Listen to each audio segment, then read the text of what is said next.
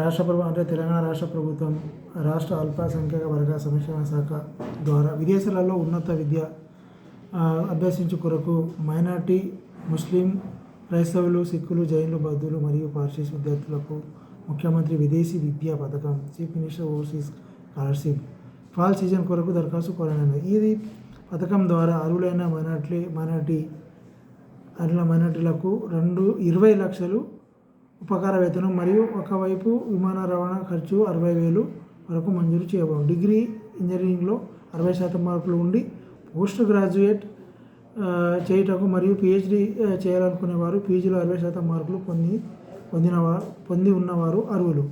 July 2025 నుండి December 2025 మధ్య కాలంలో విదేశీ విశ్వవిద్యాలయాల్లో ప్రవేశం పొంది ఉన్న మైనార్టీ విద్యార్థులు పథకానికి అర్హులు.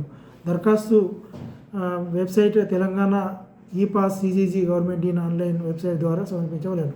ఆన్లైన్ చేయడానికి ఆఖరి తేదీ 19/1/2026 సాయంత్రం 5 గంటల వరకు చేసుకునవలేను.